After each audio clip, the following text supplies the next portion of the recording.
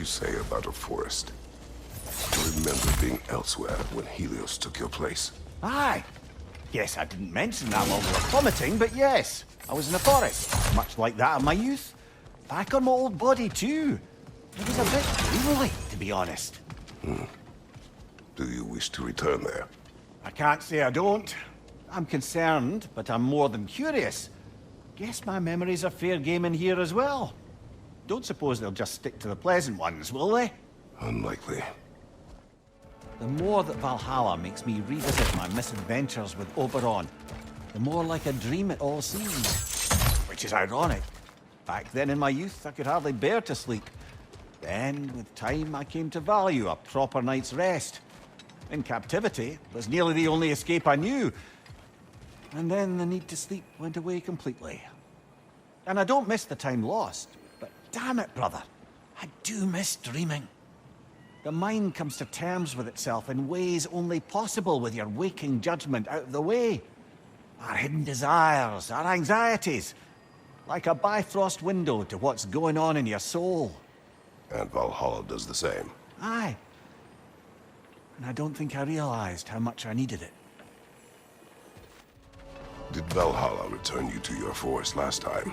Aye, brother. And this time I wasn't alone. Were you attacked? No, far from it. Apparently my Valhalla isn't the stuff of constant combat at all. The memories of mine it draws on are more interpersonal.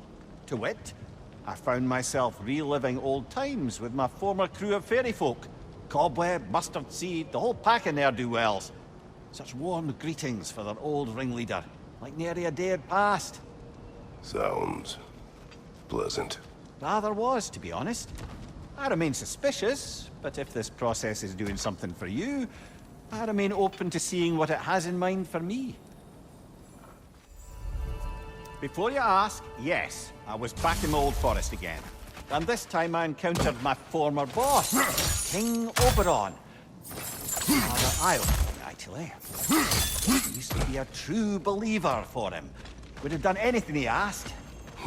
Now I see through all that charisma, feigned wisdom, down to the small, hypocritical tyrant I know him to be. Until I tell you what he put me up to regarding a particular magical flower. You wish to tell a story of your first master? Aye. Seems to be the very story Valhalla has me reliving, in fact. Oberon fancied himself a romantic, you see. Always claimed that love was more important to him than anything. One time, he led his entire entourage on a journey to attend the wedding of some duke or other, near your old neck of the woods. The groom, this lordly prick, had conquered a warrior queen and was marrying her as part of terms for peace. And this somehow was so romantic to Oberon that he dragged us across the sea to pay respects. Never mind, he was quarreling with his own queen the entire way! Well, I'll have more of that one, to be sure. As I was saying about my old master and his lofty, so-called romantic ideals, we'd settled in a forest outside of Athens, a place well situated to observing the comings and goings of the Duke's other guests. There we observe the romantic complications of some local youths, and Oberon gets it into his head to intervene. Bids me fetch him a magical flower that can manipulate the affections of others. Supposedly, the idea was to nobly help true love prevail over the pressure of family arrangements. But what he really wanted was to use the flower to torment his own wife. I see why you left his service. Aye.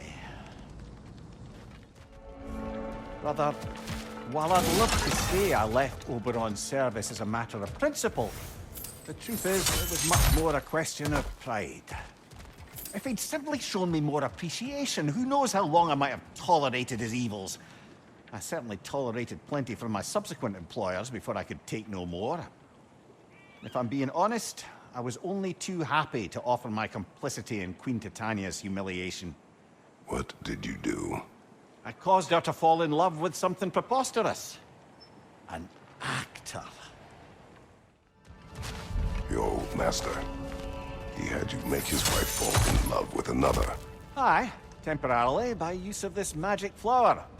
Though now it's clear to me the flower's effect isn't love exactly, but a kind of obsessive devotion that is too often mistaken for love. So, of course, the Queen made a fool of herself, as did all those under the flower's spell that night. Don't know how I ever got embroiled in such a farce. You are wiser now. I think so. Though that only makes up for so much past stupidity. Brother, the last time Valhalla spirited me away to the forest, there was an interesting twist. As the revels ended, I found myself alone, still carrying the magic love flower, and I came upon a sleeping person. But it wasn't the Queen, or the foolish youths. It was Secret, as I knew her before. I found myself faced with the proposition that with a few drops, I could make her care about nothing in the world so much as me. What did you do? I'm pleased to report that I crushed that flower with my bare hands. I am glad to hear it.